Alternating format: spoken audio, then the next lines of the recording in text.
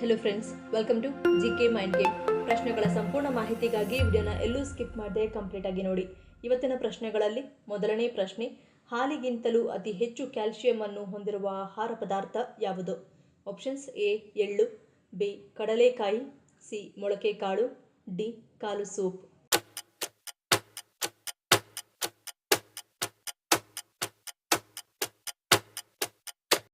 ಸರಿಯಾದ ಉತ್ತರ option A ಎಳ್ಳು. 100 ಗ್ರಾಂ ಎಳ್ಳು ಸುಮಾರು 1283 ಮಿಲಿಗ್ರಾಂ ಕ್ಯಾಲ್ಸಿಯಂ ಅನ್ನು ಹೊಂದಿರುತ್ತದೆ.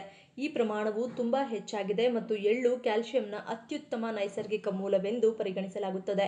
ವಿಶೇಷವಾಗಿ ಎಳ್ಳನ್ನು ಹುರಿದರೆ ಅಥವಾ ಲಘುವಾಗಿ ನೆನೆಸಿದರೆ ಅವು ದೇಹದಿಂದ ಚೆನ್ನಾಗಿ ಹೀರಲ್ಪಡುತ್ತವೆ. ಕ್ಯಾಲ್ಸಿಯಂ ಅಧಿಕವಾಗಿರುವುದರಿಂದ ಇದು ಮೂಳೆಗಳನ್ನು ಬಲಪಡಿಸಲು ಸಹಾಯ ಮಾಡುತ್ತದೆ. ಚಳಿಗಾಲದಲ್ಲಿ ಹುರಿದ ಎಳ್ಳು ಬೆಲ್ಲ ಅಥವಾ ಬೆಲ್ಲದೊಂದಿಗೆ ಎಳ್ಳು ತಿನ್ನುವುದು ತುಂಬಾ ಪ್ರಯೋಜನಕಾರಿ. ಎರಡನೇ ಪ್ರಶ್ನೆ, ಯಾವ ಸಸ್ಯದ ಎಲೆಯ ಮೇಲೆ 50 ಕೆಜಿ ಭಾರವನ್ನು ಹೇರಿದರೂ ಏನೂ ಆಗುವುದಿಲ್ಲ? ಆಪ್ಷನ್ಸ್: ಎ ಆಕ್ಸಾಲಿಫಾ, B giant lilies, C Alocasia, D ರಾಫಿಕಾ.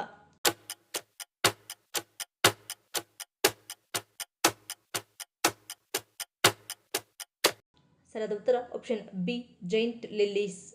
Amazon ಮಳೆಕಾಡಿನಲ್ಲಿ ಕಂಡುಬರುವ ಜೈಂಟ್ ಲಿಲ್ಲಿ ತನ್ನ ಗುಣಲಕ್ಷಣಗಳಿಂದ ಎಂಥವರನ್ನು ಬೆರಗುಗೊಳಿಸುತ್ತದೆ.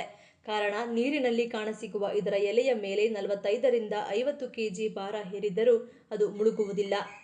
ಇದರ ವೈಜ್ಞಾನಿಕ ಹೆಸರು ವಿಕ್ಟೋರಿಯಾ ಅಮೆಜಾನಿಕಾ. ಈ ಎಲೆಗಳು ಅಮೆಜಾನ್ ಮಳೆಕಾಡಿನಲ್ಲಿ ಹೆಚ್ಚು ಕಂಡುಬರುತ್ತವೆ. ಇದನ್ನು Amazon water lily, Amazon water platter, giant water lily, royal water lily ಎಂದು ಕೂಡ ಕರೆಯುತ್ತಾರೆ. ಜೈಂಟ್ ಲಿಲ್ಲಿಯ ಎಲೆಗಳು 2.5 ಅಡಿಯಿಂದ 3 ಮೀಟರ್ ವರೆಗೆ ಬೆಳೆಯಬಹುದು.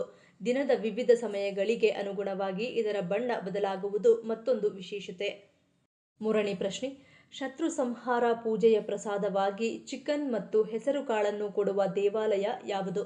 ಆಪ್ಷನ್ಸ್: ಎ ನೈನಾದೇವಿ ದೇವಾಲಯ, ಬಿ ಕರ್ಣಿಮಾತಾ ದೇವಾಲಯ, ಸಿ ತಿರುವರ್ಕಟ್ಟುಕಾವು, ಡಿ ದಕ್ಷಿಣೇಶ್ವರ.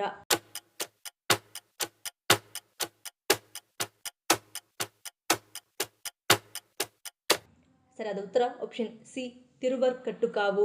ಕೇರಳದಲ್ಲಿರುವ ತಿರುವರ್ಕಟ್ಟುಕಾವು ಎಂಬ ದೇವಸ್ಥಾನ ಸಿಕ್ಕಾಪಟ್ಟೆ ಪವರ್ಫುಲ್ ಆಗಿದ್ದು, ರಾತ್ರಿ 8 ಗಂಟೆಯ ನಂತರ ಈ ದೇವಸ್ಥಾನದ ಒಳಗಡೆ ಸಂಚಾರ ನಿಷೇಧಿಸಲಾಗಿದೆ.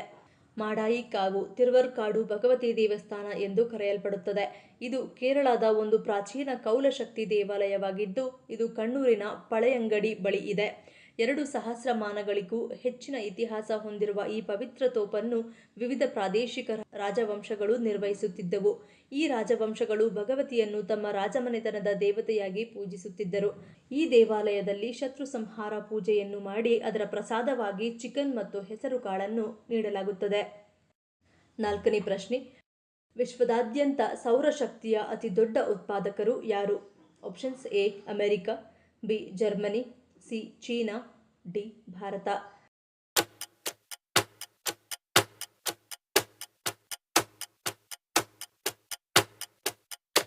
ಸರಿಯಾದ ಉತ್ತರ ಆಪ್ಷನ್ ಸಿ ಚೀನಾ.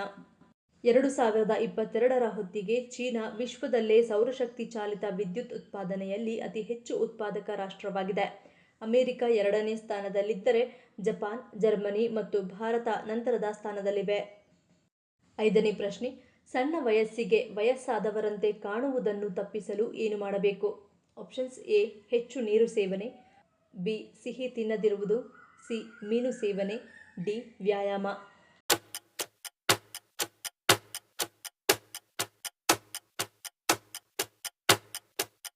ಸರಿಯಾದ ಉತ್ತರ ಆಪ್ಷನ್ ಎ ಮತ್ತು ಬಿ.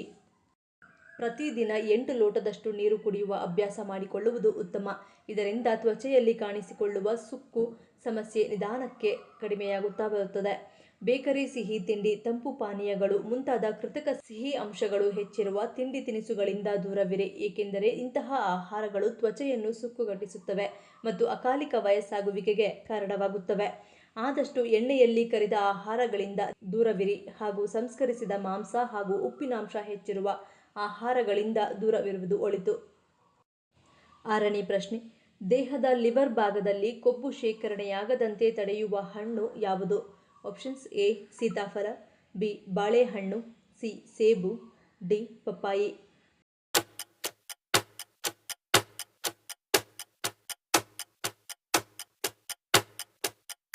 ಸರಿಯಾದ ಉತ್ತರ ಆಪ್ಷನ್ ಸಿ ಮತ್ತು ಡಿ. ಸೇಬುಗಳು ಪೆಕ್ವಿನ್ ಎಂಬ ಕರಗುವ ನಾರನ್ನು ಹೊಂದಿರುತ್ತವೆ. ಇದು ಜೀರ್ಣಕ್ರಿಯೆಯನ್ನು ಸುಧಾರಿಸುತ್ತದೆ ಮತ್ತು ದೇಹದಿಂದ ವಿಷಕಾರಿ ಅಂಶವನ್ನು ತೆಗೆದುಹಾಕಲು ಸಹಾಯ ಮಾಡುತ್ತದೆ. ಪ್ರಮುಖವಾಗಿ ಈ ಹಣ್ಣಿನಲ್ಲಿ ಕಂಡುಬರುವ ಆಂಟಿ ಆಕ್ಸಿಡೆಂಟ್ ಅಂಶಗಳು ಯಕೃತ್ತನ್ನು ಉರಿಯೂತದಿಂದ ರಕ್ಷಿಸುತ್ತವೆ ಮತ್ತು ಕೊಬ್ಬನ್ನು ಕಡಿಮೆ ಮಾಡಲು ಸಹಾಯ ಮಾಡುತ್ತವೆ. ಹೀಗಾಗಿ ಪ್ರತಿದಿನ ಸೇಬು ಹಣ್ಣನ್ನು ಚೆನ್ನಾಗಿ ತೊಳೆದು ಸಿಪ್ಪೆ ಸುಲಿಯದೇ ತಿನ್ನಿರಿ, ಏಕೆಂದರೆ ಅದರ ಸಿಪ್ಪೆಯಲ್ಲಿ ಫೈಬರ್ ಮತ್ತು ಪೋಷಕಾಂಶಗಳು ಸಮೃದ್ಧ ಪ್ರಮಾಣದಲ್ಲಿ ಕಂಡುಬರುತ್ತವೆ. ಇನ್ನು ಪಪ್ಪಾಯಿ ಹಣ್ಣು ಜೀರ್ಣಾಂಗ ವ್ಯವಸ್ಥೆಗೆ ಬಹಳ ಒಳ್ಳೆಯದು. ವಿಶೇಷವಾಗಿ ಯಕೃತ್ತಿಗೆ ಸಂಬಂಧಿಸಿದ ಸಮಸ್ಯೆಗಳಿಗೆ ಇದನ್ನು ರಾಮಬಾಣವೆಂದು ಪರಿಗಣಿಸಲಾಗುತ್ತದೆ. ಪಪ್ಪಾಯಿ ಸುಲಭವಾಗಿ ಜೀರ್ಣವಾಗುವ ಹಣ್ಣಾಗಿದ್ದು ಇದು ಯಕೃತ್ತಿನ ಮೇಲೆ ಹೆಚ್ಚುವರಿ ಹೊರೆ ಹಾಕುವುದಿಲ್ಲ. ಇದರಲ್ಲಿ ಪಪೈನ್ ಕಿಣ್ವವಿದೆ. ಇದು ಕೊಬ್ಬಿನ ವಿಘಟನೆಗೆ ಸಹಾಯ ಮಾಡುತ್ತದೆ. ಇದಲ್ಲದೆ ಇದು ಯಕೃತ್ತಿನ ಉರಿಯೂತವನ್ನು ಸಹ ಕಡಿಮೆ ಮಾಡುತ್ತದೆ. ಬೆಳಗ್ಗೆ ಅಥವಾ ಸಂಜೆ ಉಪಹಾರದಲ್ಲಿ ನೀವು 1 ಬಟ್ಟಲು ಪಪ್ಪಾಯಿಯನ್ನು ಸೇವಿಸಬಹುದು. 7ನೇ ಪ್ರಶ್ನೆ, ಮಧುಮೇಹಿಗಳನ್ನು ಹೆಚ್ಚಾಗಿ ಕಾಡುವ ಸಮಸ್ಯೆ ಯಾವುದು? ಆಪ್ಷನ್ಸ್ ಎ ನರರೋಗ, ಬಿ ಹೃದಯಾಘಾತ, ಸಿ ಇರುಳು ಕುರುಡು, ಡಿ ಕಿಡ್ನಿ ಹಾನಿ.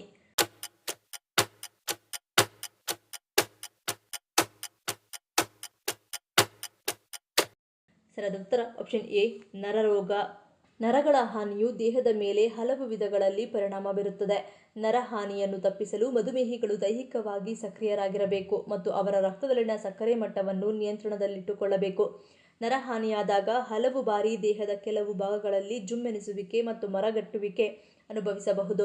ಇದು ನಿಮ್ಮ ಸೂಕ್ಷ್ಮತೆಯ ಮೇಲೂ ಪರಿಣಾಮ ಬೀರಬಹುದು. ಆದ್ದರಿಂದ ನರಹಾನಿಯ ಸಂದರ್ಭದಲ್ಲಿ ನೀವು ಅಸಡ್ಡೆ ತೋರದೆ ವೈದ್ಯರನ್ನು ಸಂಪರ್ಕಿಸುವುದು ಉತ್ತಮ. ನಿಮ್ಮ ರಕ್ತದಲ್ಲಿನ ಸಕ್ಕರೆ ಮಟ್ಟವು ಅಗತ್ಯಕ್ಕಿಂತ ಹೆಚ್ಚಿದ್ದರೆ ಈ ಪರಿಸ್ಥಿತಿಯಲ್ಲಿ ನಿಮಗೆ ಕೈ ಮತ್ತು ಕಾಲುಗಳಲ್ಲಿ ನೋವು ಉಂಟಾಗಬಹುದು. ಮಧುಮೇಹ ಹೆಚ್ಚಾದಾಗ ಸ್ನಾಯುಗಳು ದುರ್ಬಲಗೊಳ್ಳುತ್ತವೆ. ಇದರಿಂದಾಗಿ ಕೈಗಳು ಮತ್ತು ಪಾದಗಳು ಮಾತ್ರವಲ್ಲದೆ ದೇಹದ ಇತರ ಭಾಗಗಳ ನರಗಳು ಸಹ ನೋವು ಅನುಭವಿಸಬಹುದು, ಸೆಳೆತ ಕಾಣಿಸಿಕೊಳ್ಳಬಹುದು. 8ನೇ ಪ್ರಶ್ನೆ, ಯಾವ ಸಮಸ್ಯೆ ಇರುವವರು ಟೊಮೊಟೊವನ್ನು ಹಸಿಯಾಗಿ ತಿನ್ನಬಾರದು? Options A low BP, B thyroid, C sugar, D fatty liver.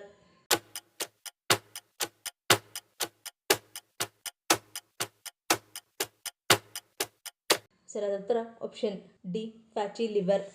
ಟೊಮೆಟೊಗಳು ಜೀರ್ಣಾಂಗ ವ್ಯವಸ್ಥೆಗೆ ಹೆಚ್ಚಿನ ಪ್ರಮಾಣದಲ್ಲಿ ಕಿರಿಕಿರಿಯನ್ನುಂಟು ಮಾಡುವ ಸೋಲನೈನ್ನಂತಹ ಸಂಯುಕ್ತಗಳನ್ನು ಹೊಂದಿರುತ್ತವೆ. ಟೊಮೆಟೊಗಳನ್ನು ಬೇಯಿಸುವುದು ಈ ಸಂಯುಕ್ತಗಳನ್ನು ಕಡಿಮೆ ಮಾಡಲು ಮತ್ತು ಯಕೃತ್ತಿನ ಮೇಲೆ ಒತ್ತಡವನ್ನು ಕಡಿಮೆ ಮಾಡಲು ಸಹಾಯ ಮಾಡುತ್ತದೆ. ಹಾಗಾಗಿ ಫ್ಯಾಟಿ ಲಿವರ್ ಸಮಸ್ಯೆ ಇರುವವರು ಟೊಮೆಟೊವನ್ನು ಹಸಿಯಾಗಿ ತಿನ್ನಬಾರದು. 9ನೇ ಪ್ರಶ್ನೆ, ಭಾರತದ ಹಸಿರು ನಗರ ಎಂದು ಯಾವ ನಗರವನ್ನು ಕರೆಯಲಾಗುತ್ತದೆ? Options A Chandigarh, B Lucknow, C Jaipur, D Mysuru.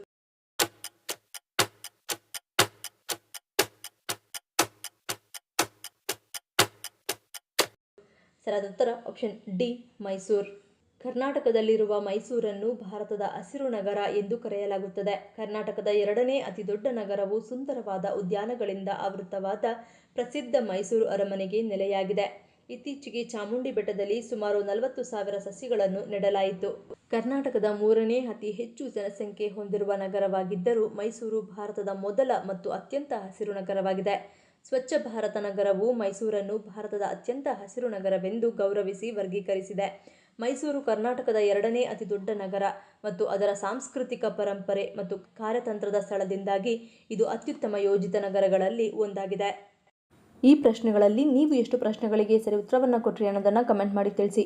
ಈ ವಿಡಿಯೋ ನಿಮಗೆ ಇಷ್ಟ ಆಗಿದ್ರೆ ಮರಿದೇ ಲೈಕ್ ಮಾಡಿ, ಶೇರ್ ಮಾಡಿ, ಸಬ್ಸ್ಕ್ರೈಬ್ ಮಾಡಿ. ನನ್ನ ಚಾನಲ್ನ ಇನ್ನೂ ಸಬ್ಸ್ಕ್ರೈಬ್ ಮಾಡಿದೆ ಹಾಗೆ ವಿಡಿಯೋಸ್ ನೋಡ್ತಿದ್ರೆ ಪ್ಲೀಸ್ ಸಬ್ಸ್ಕ್ರೈಬ್ ಮಾಡಿ, ಸಪೋರ್ಟ್ ಮಾಡಿ.